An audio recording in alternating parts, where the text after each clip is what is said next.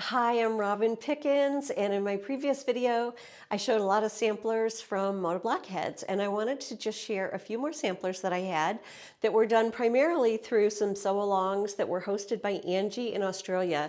And she has the Instagram handle and the website of Gnome Angel, and she does a lot of sew-alongs, and it was a really great way to meet some other sewers in the community on Instagram and to get going with sew-alongs. The first one that I did was using Tula Pink's book, 100 Modern Blocks. And Angie was doing a sew along where it was one block a day for 100 days. And so using the Tula Pink book, we did one block a day. At that point, I had Poppy May and Blushing Peonies as my collections for Moda. So I wanted to use those two groups and also mix in a lot of solid colors with them on my patterns. And I was working with the green, the kind of orangey and coral to, pink and red, and the grays for my colors. And I had no plan when I got started on this. I just rotated each day. I would make like a red block and a green block and a gray block and just put them up on the wall and keep going a block a day.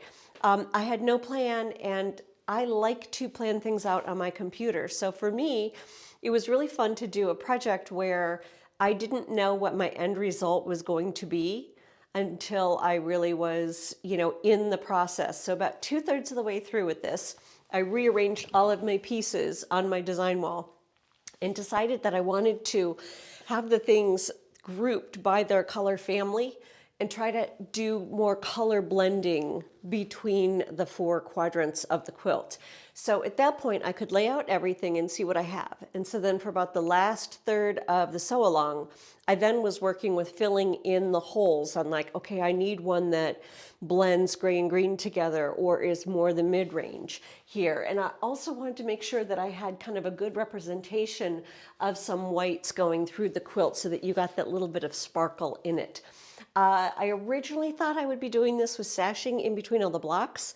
And as I was laying them out on the board, I had asked on Instagram, and somebody had said that they really liked the blocks right up next to each other, and I had to agree. And so I love, again, the spirit of community in doing these sew-alongs, because sometimes people see things that we don't always see ourselves. And it's a comment that somebody makes that you just think, wow, that kind of like, I get it, that rings true. And they're really, really helpful things as we go along in the process of doing this. So this kind of started my love of doing the community sew-alongs. And thank you to Angie for doing this. And she still is doing active sew-alongs every year. I did that was through Gnome Angel, through Angie's Instagram account, was using the pattern for Jen Kingwell's Wanderer's Wife.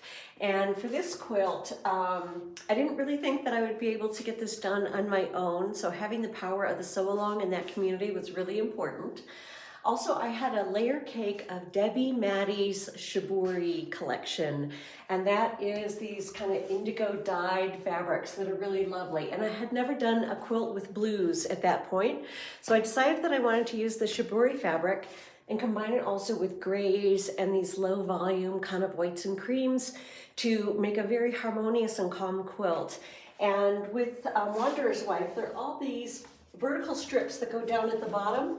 And so I wanted to really keep those as low volume so that all of my attention would be on the pieced blocks up here and not necessarily on the stripes at the bottom. So I worked with this primarily blue and low volume palette. And in my mind, I was thinking with Wanderer's Wife, the wife part of the title and the fact that there was a heart block in here, to me had to do with like the love of the relationship, and I thought that was a really important part of the quilt. So I actually made the heart block 4 different times for this quilt before I felt like I got it right. So the first 3 times I made it in shades of cream and gray and blues, trying it, different ways of piecing, because there are some pieced parts within the heart block. And it wasn't until I finally decided to use a complementary color in the orange that I thought would go as a nice accent to the blue that I made it and said, that's it for the heart block. Like that felt like warm and loving and like it was giving life to this accent color within all these quilts. So I wanted to have this really look like it belonged in the quilt. So I started bringing in little tiny bits of orange into some of these other stripes going along here so that I could keep the eye moving around with just little bits of sparkle of this color on here. Was really happy to get finished on the piecing of this, and I still have yet to long arm this, and I'm still trying to decide what pantograph I want to use for it. The next 100-day project that I did was still through Gnome Angel, through Angie. This time she had done her own pattern called the Kinship Fusion Sampler. And so this was still 1 block a day for 100 days. And I love this pattern because there's a lot of consistency in the cut sizes on the pieces. So you're gonna have a lot of things that finish at 2 inches, 4 inches, 6 inches, which means you're gonna cut at 2.5, 4.5, 6.5. So if I cut a strip that's the width of fabric, then I know that I'm gonna be able to get a lot of pieces out of that as I cut as I go along on the sampler. So that I thought was really nice, that kind of economy for using my fabric. I wanted to do 3 gray shades of thatch. So I have regular gray, I believe this is Pebble and Shadow, and white. And then I have 2 oranges, 2 warm greens, and 2 cool greens. And my goal was to have the colors kind of dispersed as accents, but moving pretty evenly around the quilt so that it really kept your eye moving around amongst all of these blocks. And I also put in 1 block that has a nod to my floral collections that I would do for Moda. So I have 1 block that's from the orange colorway from Blushing Peonies that is just in there. It's a little window frame. I always learn stuff when I'm doing samplers. And one thing that I learned doing this sampler is that if I sew late at night, I can't always tell what color white I'm using. So I did find when I finish this quilt that I have places where I've got an off-white and places where I have a really crisp white on my fabrics. It's all right, I enjoy that about the quilt, but little note to myself on what I was learning. Nighttime sewing means I can't always tell exactly which color something is. So I do have those 2 different shades of white in here. I think it gives it a little bit more movement, but it probably wasn't the intention that I had going into it. This is quilted with Swirl Out Jr. by Mike Fountain. I got it from Intelligent Quilting. And I also, for this project, I made a little extra, this is a little extra strip that I did with 1-inch cut pieces that were left over as my scraps from doing this. So I use the colors going around to make this extra little frame, which I feel like kind of just gives it that, you know, extra outline to hold it all together.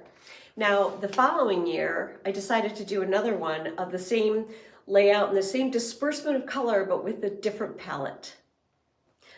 So here is the Hug a Happy palette, and I had a new release of Thatched that had come out with a lot of different colors, with more warm colors and some like muted colors. And so I've got, you know, cocoa and oatmeal in here with Blizzard, which is a crisp white, and this time it's all the same white.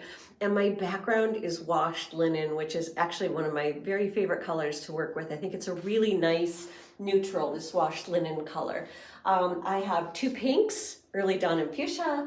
I have smoked paprika and pink grapefruit, green curry and olive. Yes, I like food, to go with the cocoa and the oatmeal. So this is a, you know, kind of toasty, warm palette, very much about like kind of more subdued colors with a little bit of that, you know, warm energy in there. So this was fun to do, the same quilt again, but in an entirely different palette, but still all in thatched. This is quilted with Deco Arch, which is by Jess Ziegler of the Longarm League, and I love this pattern. It's a very nice kind of modern pattern, and I really like how the top of the curves with this, just like the curves in Swirl Out Jr., they kind of complement all the straight things that are happening in the quilt. It's nice to get in a little bit of a pantograph with some curves to it. One more sew along to share with you, and this was not through Gnome Angel, this was through Moda, and Carrie Nelson of Miss Rosie's Quilt Company decided to share the pattern of the village with us when we were first going into all the pandemic stuff, and this was a way for people to sew together and feel that community. It's making all these little houses. Some of them have the chimneys, some don't. So for this project, I used all scrap fabric that I had, which was really fun to sew with. And the other thing that I wanted to point out with this quilt is that there are times in the blocks when I have actually little extra drawn elements on here, like some birds or some of the trees. I went through and added on top of the chimneys because I felt like it just needed a little more whimsy added to it. And I used a very thin line Sharpie marker to just draw on the fabric after I had done the piecing. And I have Sharpies in different colors, and so that worked.